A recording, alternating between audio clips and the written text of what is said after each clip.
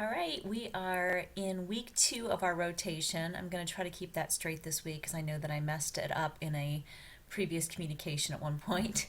But we are in October 6th through 19th, and what we're looking at right now is taking all of our research and discussion about effective communication and feedback um, to a different level in practical use in our wiki.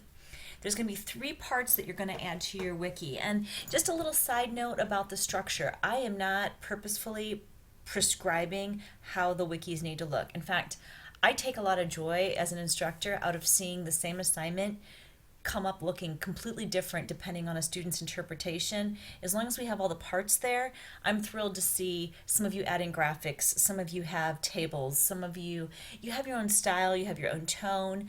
I think these things are really important, and I think they also foster the idea that each of our classrooms can look very different. I think one of the dangers that we run into as teachers is that we function as an island and we don't collaborate.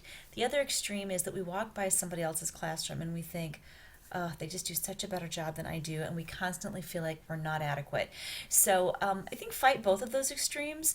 And as we build these materials this week, do think about the overall structure of your final draft of your wiki. It's several weeks off yet, but start now thinking on how you can build these parts. Some of you are taking what you already have and putting in bold what you added. Thank you for doing that. That helps me to see what the changes you've made. As we go to refine these, again, using a table or using a font that kind of sets these chunks apart so that when you go back into this portfolio later and have to teach out of it, that it will be accessible to you, and that it also could be a resource that we can share out to each of us and we can all find what we need in it quickly. Those types of resources are really important. So, what you're building this week, oh, and by the way, with your last week's wiki, I'm working on them. I hopefully will have them done no later than Friday, but maybe even this afternoon. This is Thursday that I'm making this recording. So, looking at your wiki for the next deadline, which is Sunday at midnight on October 19th, we are adding 3 components. I would like you to add a reflection exercise for students to do as part of their writing activity. If the writing activity that or task that you've created is already reflective in nature, maybe look at refining it or adding something that would take it a step further. I also want to encourage you to consider that sometimes classroom routines are very important, and maybe you'll use the same reflection exercise for all summative writing. Okay, that's not illegal.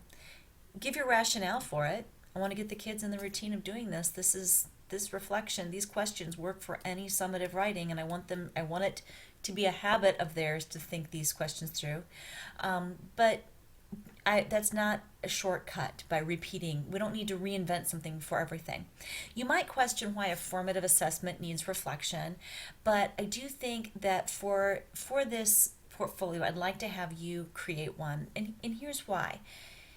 We want to be deliberate and intentional, not only in our instruction and why we're assessing writing and how we're assessing writing, but we want to invite the students into that process. I think the way that I was educated most of the time in my traditional experiences, especially in younger grades, the teacher took care of assessments, I took the test and got the results back. There was not really much in between. Now, being sort of a thinker and a student anyway, I did that. As I was taking a test, I would circle the questions I wasn't sure of. When I would go back in, I would see those circles and see which ones I missed. And I would even, before I turned in a test, would count how many I thought I was probably going to get wrong and have a pretty good estimate of how I was going to score on a particular test. That is what I thought every student did. And some of you can relate to that because that's the kind of test taker you were, and I'm using it as a test, but the same works for writing.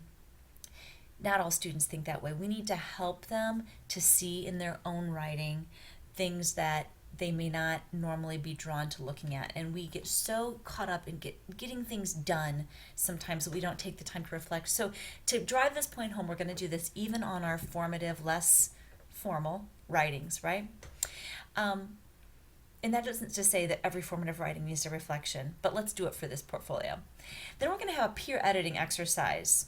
again, that may not fit with some of your tasks as well, but humor me a second on this and think about how sharing out, even a formative writing, could be a doubly advantageous writing experience for students. I get somebody extra's feedback on my ideas, and somebody else gets mine, and there's some collaboration there, right? So the peer editing exercise can, again, you can use, maybe you always have the same checklist for your summative assessments, and so there's going to be only be one of those you're going to use more than once. Just explain out your rationale so that so somebody using your portfolio would know how to use the editing exercise. There are different types that and processes through some of our research and readings you can use from your own resources. There's lots of stuff that already exists out there, and that's the other thing I want to add. You don't have to reinvent something. If you find a really great peer editing exercise that's already been written, use it. If it just needs a little tweaking, tweak it. Like I said before, the rubrics in this classroom are taken from Read, Write, Think. I thought they were good. They worked. I changed a few verbiages in there to make it fit what I wanted it to say, but I gave credit to the source, and end of the day, I saved hours. And they've already been used by someone, so somebody else has already tested and approved them. That's a win-win.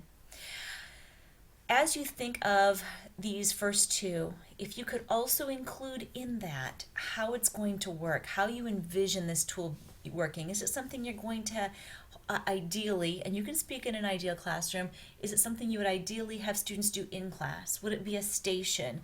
Would it be a trade made? Would it be, I've been using, I think I mentioned this the other day, I've been using my discussion board in my face-to-face capital class for all of this.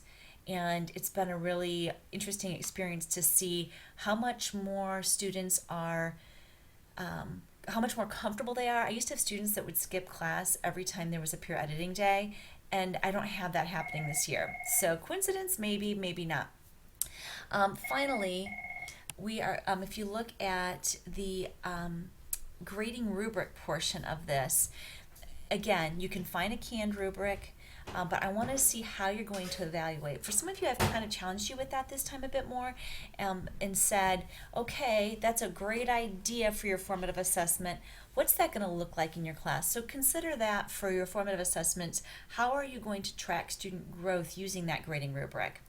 And if you want to use an interactive rubric, like some of the webcasts and different materials have talked about, you can do that. If you want to do just two rubrics this time, one that's an interactive one and one that the teacher will use, and apply it to all four of your writing tasks, that's a-okay. I just want you to know why you're using them and how you're using them. So a lot on evaluation today.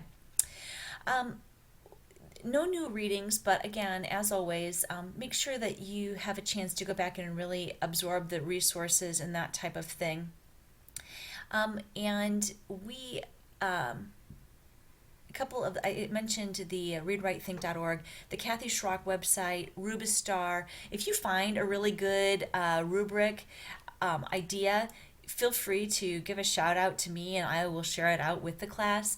But these are all these are all resources. Of course, you can start from scratch. Just want to do a little reflection with you right now on rubrics for me as a less than detail-oriented person. I'm a big picture person, and that tends to affect on how I use rubrics. Let me ask you this. We're going to really push rubrics and having standards and setting goals and making sure they are in alignment with what we say we're really teaching in the standard. But is there a time and a place for a holistic grading? How are you going to manage your time as you try to implement all of these things? And I think especially in a writing heavy classroom, writing teachers get really burnt out. You feel like anything a student writes, you need to give full attention to. And I would say that in some ways, that's a wrong way of thinking. I think it, first of all, is not feasible. When you have a class of 30 students and you're trying to manage those papers. My first teaching job was my first full-time, well, not first full-time, but my first English teaching job. I had 6 different classes that I was prepping in 8 different periods. So, I'm sorry, there were six 7 periods I was teaching, and there were 5 of those were original preps. So I did a creative writing, I did the newspaper and yearbook, I did 10th grade English, I did an 11th, 12th combo English, and I did a 12th grade. It was a really small school system. This could be your life someday. Obviously, with that much writing coming at me, I had to be creative and strategize. And I think that's where this reflective piece becomes very important. Because if we do too much for the students, I know there's ways that I know that you've seen a lot of shortcutters who do too little. But if we do too much for them, they will let us be their editors. And I am not sure that that is the most effective way to really get students to grow. I am not in love with rubrics because sometimes I feel like they end up creating more work for teachers, but I see them as a necessary evil. So one thing that I've chosen to do is create a form where students evaluate themselves, and I highlight where they land on the rubric, and then I make holistic comments. So they get a rubric, they get best part, and then I try to word, instead of worst part, I try to word it as a goal. I think the important thing is, no matter what it is that is your style, that you are realistic in your time management, and that you are also very clear in your expectation, because that's going to save you time, and that's where the rubrics come in. But I think the ultimate goal of the writing teacher, and this is going to be stating the obvious, is to get your writers to move from where they start in your class, where they came in, and grow. So what is going to help them to grow? Is editing every little thing on their paper for them really going to grow a writer? What is the best use of my time for this individual? Maybe it's talking through it. Maybe it's doing a screencast on papers and showing them things and then sending them a video back. Maybe it's conferencing in small groups at a time and having students look for things in their paper and show them things. Maybe it's showcasing good introductions and showcasing good conclusions. There's lots of things that you can consider doing, but remember, make sure that your time is well spent in really growing that student, and make sure that you're kind of not just trapped into thinking you've got to catch everything and do everything for each student. So I guess I would sum it up to say this putting the student in charge of their own learning is very key in writing, and the ways we can do that is through reflection and peer editing. That final step, that grading rubric that we use, should be easy for us to manage.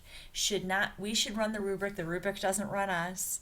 And finally, set goals for yourself. Even now, as I get off this video, I have a goal of knocking out 3 to 5 papers for one of my comp classes.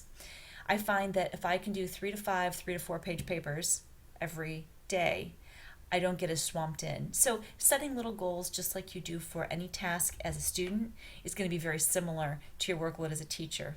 But most importantly, perhaps, is giving yourself the break that you need in between tasks to really refresh your mind so that you can be sharp and effective in your teaching. Okay, that's my pep talk for today. Have a great one, and let me know if you have any questions as you develop your reflections, editings, and rubric tools for your portfolios.